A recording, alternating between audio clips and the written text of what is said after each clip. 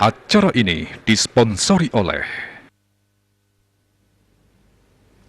Pemirsa nyelahin kahanan panglala COVID-19 nasional, kauningin mewali nincap ring tanggal 5 Juli, warsa kalih tali kalih likur. Wilangan inucap kakan tenang mawawah sayang sareng arahina sedurung nyane, kantos langkungan penyuan diri. Rau mangkin mungguh ring kalih talian diri.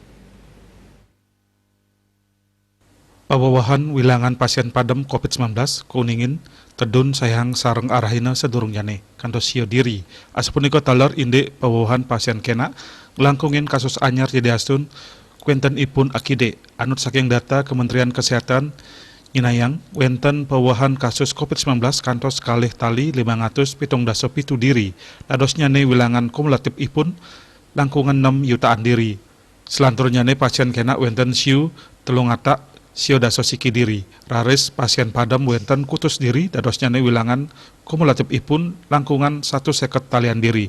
Selami pandemi ngelimbak dawag bulan Maret, warsa kalih tali kalih dasa, asapun ke taler pasien COVID-19 sani kanton Karawat wenten langkungan 17 talian diri, miwah suspek wenten langkungan petang talian diri.